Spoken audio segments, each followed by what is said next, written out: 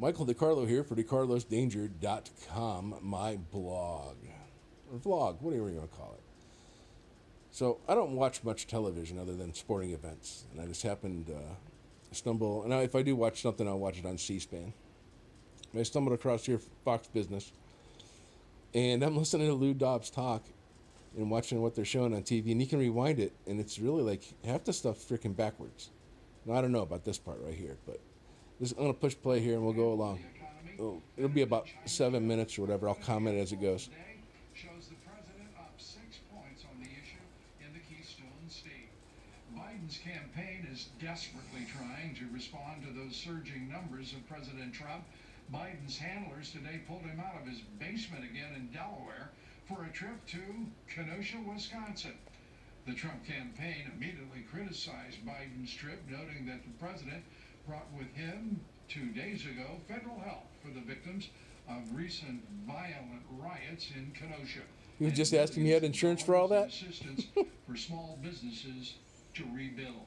Trump campaign manager Bill Stepien today said Biden is simply following the president's lead.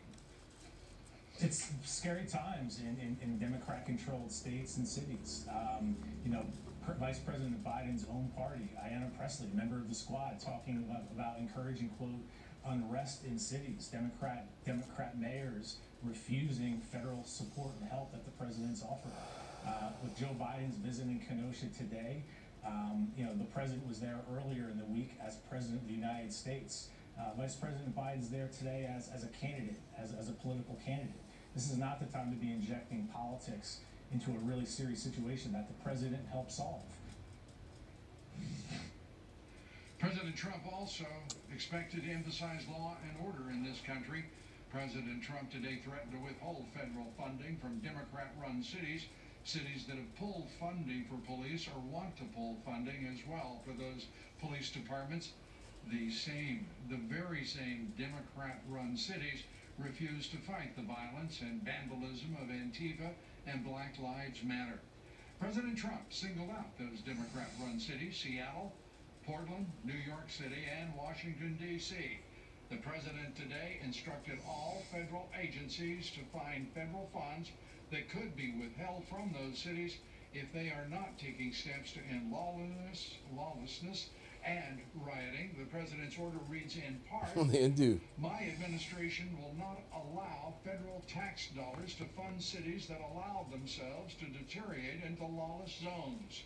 Oh my goodness. The president's threat to pull federal money renews his feud with radical Dem leftist Let's leaders. serve this to say if we don't have any zones. Socialist New York City Mayor Bill de Blasio says he'll see the president in court. New York State's radical leftist Attorney General Letitia James today said, if the president actually decides to move forward with his threat to defund New York City, we'll be ready to take immediate legal action. And New York thug governor Andrew Cuomo threatening violence against the president. Here's what the thug governor said during a conference call last night. I think he's Godfather or something like that. He can't come back to New York. He can't. He's going to walk down the street in New York. Forget bodyguards. He better have an army if he thinks he's going to walk down the street in New York. He is persona non grata in New York City.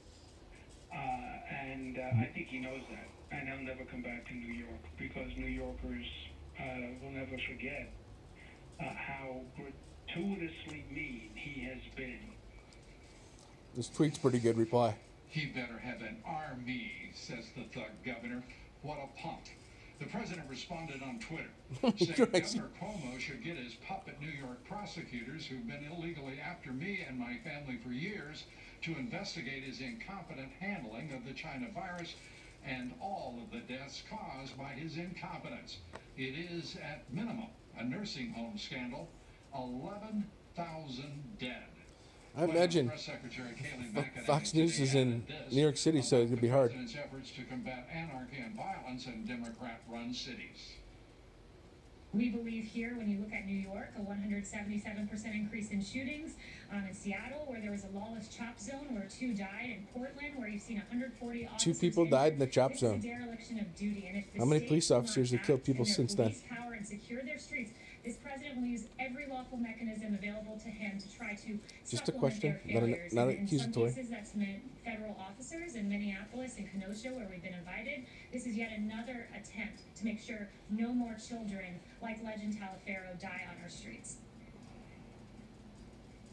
President Trump fighting to restore law and order across the country at a time when the radical Dems in the cities they control Watch are this. becoming more chaotic, This kid isn't running and away. lawless by the day. He's actually running too, Black Lives towards. Matter Oh, not activists this. in DC It'll be after this. swarming the streets last night. They surrounded a police precinct in the nation's capital, as well as Mayor Muriel Bowser's home. The left-wing radical mob, well, rioting over a police shooting. Wow, look at that of an riot. armed 18-year-old. Crazy. DC police released body Looks camera like a people video protest. of the incident This cat's today, running at this which cop. clearly shows 18-year-old Deon Kay with a weapon in his hand as he ran from police. An officer Not fired from, one shot ran toward. and hit Kay in the chest. He later died at the hospital. Oh, he cut him Police off, in that's why. DC also uncovered more Now this looks signs staged, of look. Coordinated efforts between Antifa Coordinated and efforts. Black Lives Matter. As both Between Antifa and Black Lives Matter. try Rand Paul's to building the stir bridge. chaos, more violence across the country. The DC police. Oh, that look at that cat's got on a Never a Straight Answer shirt in the background. Assaulting a police officer who was protecting Senator Rand Paul and his wife as they left the White House.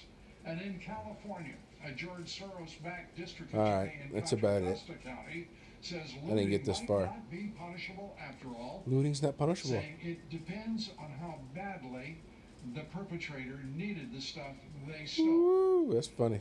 All right, on that one, I'm done. It's Carlos Danger signing off. Bye.